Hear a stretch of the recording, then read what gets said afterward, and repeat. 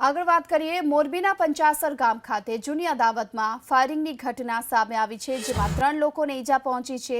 એકની હાલત ગંભીર બતાવવામાં આવી રહી છે। જૂની અદાવતમાં ફાયરિંગ થયું હોવાનું સામે આવી રહ્યું છે। 3 લોકોને ઈજા પહોંચી છે।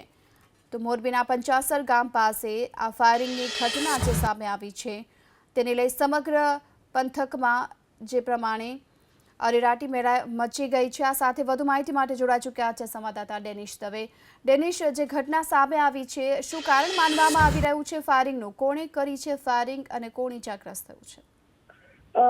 જે મોરબી નજીક આવેલું પંચાસર ગામ છે, જેમાં જૂની અદાવતના કારણે બે દરબાર જૂથ વચ્ચે સામે ફાયરિંગ થયું હતું। ત્યારે એક દરબાર જૂથે જે 7 રાઉન્ડ ફાયરિંગના છોડ્યા હતા, ત્યારે જેમાંથી 4 લોકોને ઈજા થઈ હતી અને એમાંથી જે સહદેવસિંહ ઝાલા કરીને જે એક આધેડ છે, તેને ગોળી લાગી જતા, છાતીના ભાગે ગોળી લાગી જતા મોરબીની ખાનગી હોસ્પિટલમાં દાખલ કરવામાં આવ્યા હતા, પરંતુ ત્યાં સારવાર દરમિયાન તેનું મૃત્યુ થયું હતું અને જે બાકીના 3 લોકો ઈજાગ્રસ્ત છે તે લોકોને વધુ સારવાર માટે રાજકોટ ખસેડવામાં પણ આવ્યા છે।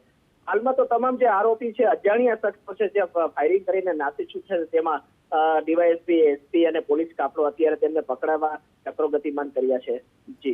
જી આભાર આપનો આ સમગ્ર માહિતી બદલ। તો મોરબીના પંચાસર ગામ ખાતે જૂની અદાવતમાં ફાયરિંગની ઘટના સામે આવી છે।